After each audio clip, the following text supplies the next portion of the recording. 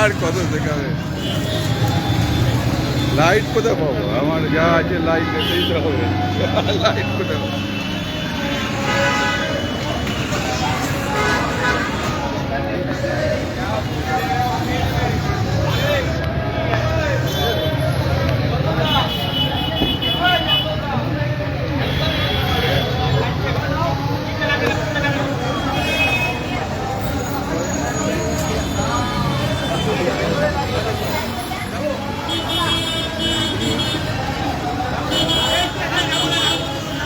ভেতরে শুনে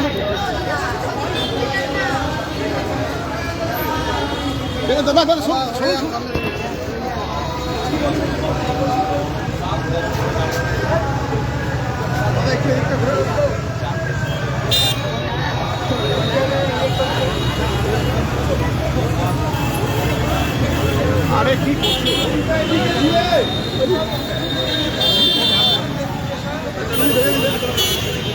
না সত্যি আমাকে ঝামেলা করিস না, কিন্তু আমি বলে দিচ্ছি।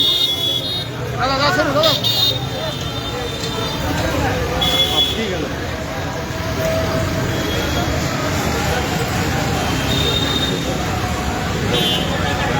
সরিয়ান ঝামেলা করালো আমার লোক এসেছে না,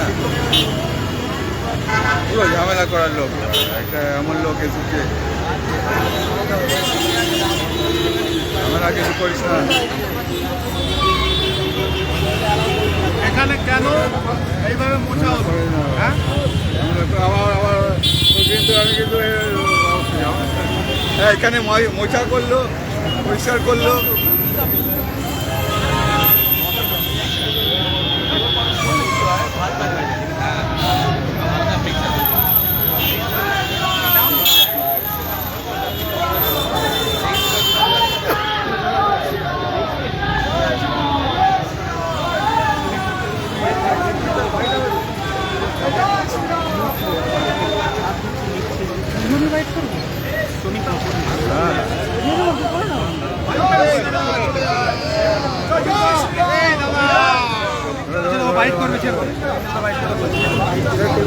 মোবাইল ঢোকা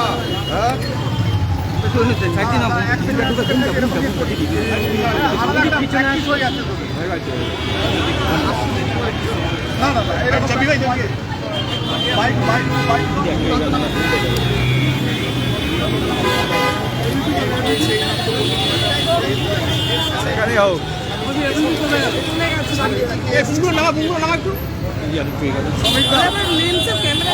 পশ্চিমবঙ্গ সরকার রামনবমীর ছুটি দিল, এটা কি শুধু ভোটের ধর্মের রাজনীতি?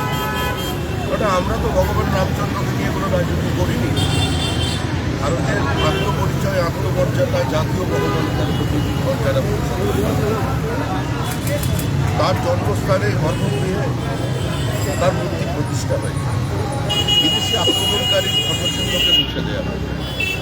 এখন তৃণমূল কংগ্রেসের ফাইল তো দিচ্ছে না।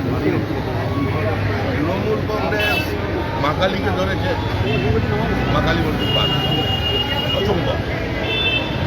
তারপরে জগন্নাথ দেবকে ধরে এনেছেন, দীঘার সমুদ্র তটে বসিয়ে দিয়েছেন, উনিও বলছেন সম্ভব নয়।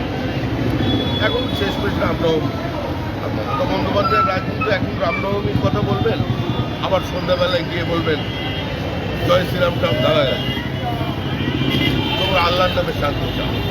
এখন তুমি আর বাংলার দিদি নন, এবং সুরাবর্তীর দিদি হয়ে যাবে। যে 40-এর আগে সুরাবর্তী যে ভাষায় চিন্তা করতেন বাংলা, এই কলকাতায় দাঁড়িয়ে দুর্ভাগ্যজনকভাবে মুখ্যমন্ত্রী আজকে সুরাবর্তীর পরিচয়। গতকাল মমতা বন্দ্যোপাধ্যায় উত্তরবঙ্গের মঞ্চ থেকে তিনি কিন্তু রামনবমী পালনের জন্য বলেছেন, তার দলকে রামনবমী পালনের কথা বলেছেন, কিন্তু দাঙ্গা হবে কি এমনটাও বলেছেন। এটা একটা পরিকল্পিত নাটক। মুখ্যমন্ত্রী রাম বিরোধী, তিনি রামের চরিত্র হরণ করেছেন, রামকে নারী বিদ্বেষ করেছেন, রামের থেকে মানুষকে বিচ্ছিন্ন হবার আহ্বান জানিয়েছেন। তিনি বলেছেন জয় শ্রীরাম শব্দটা একটা গালাগাল, জয় শ্রীরাম যদি শোনো তাহলে তোমরা আল্লাহর নাম করে শান্তি চাও। যা বলবার তিনি বলে দিয়েছেন। ওনার লক্ষ্য 27% লক্ষ্য। তৃণমূলের রাজনীতি বিভাজনের রাজনীতি। রামের দেশে রামের কথা চলবে না, কিন্তু বাবুরের কথা চলবে হবে না।